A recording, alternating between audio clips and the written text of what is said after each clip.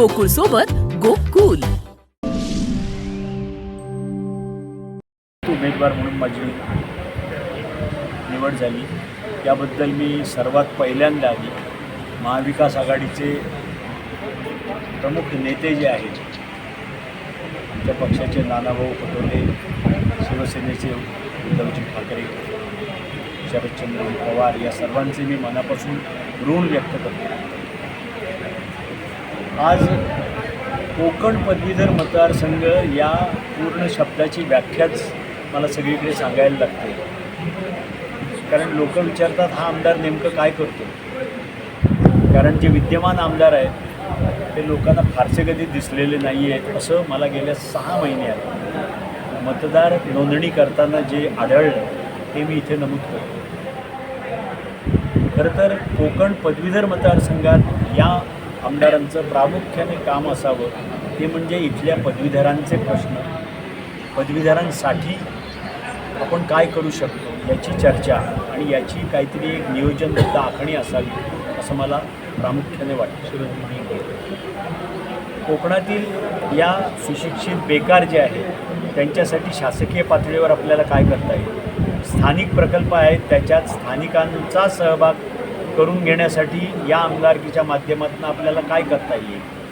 त्यानंतर शिक्षकांचे जे प्रश्न आहेत, शिक्षकांसाठीची जुनी पेन्शन योजना आहे याच्यासाठी देखील आमची आग्रही भूमिका असणार आहे. त्याचप्रमाणे कोकणात निसर्ग आहे पण पर्यटनाच्या माध्यमातून ज्या पायाभूत सुविधा आहेत त्यांचा आजही अभाव जाणवतो आहे. हा जर विकास झाला तर त्या माध्यमातून या पदवीधरांना अधिक रोजगाराच्या संधी उपलब्ध होतील असं मला वाटतं. त्याचप्रमाणे जे UPSC MPSCसाठी जे क्लासेस चालवले जातात वेगवेगळ्या शिक्षण संस्थांच्या माध्यमातून तिथंही लक्ष देण्याची गरज आहे.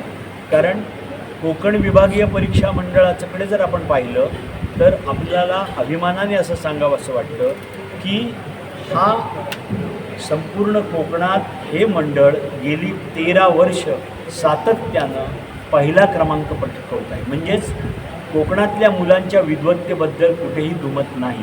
मात्र दुर्दैवाने असं म्हणावं असं वाटतं की UPSC MPSCमध्ये हा प्रभाव आपल्याला तुलनेने कोकणातल्या मुलांचा कमी दिसतो. पण तिथे आपल्याला जाणीवपूर्वक प्रयत्न या पदवीधर आमदारांच्या माध्यमातून व्हावा असं मला प्रामाणिकपणे वाटतं.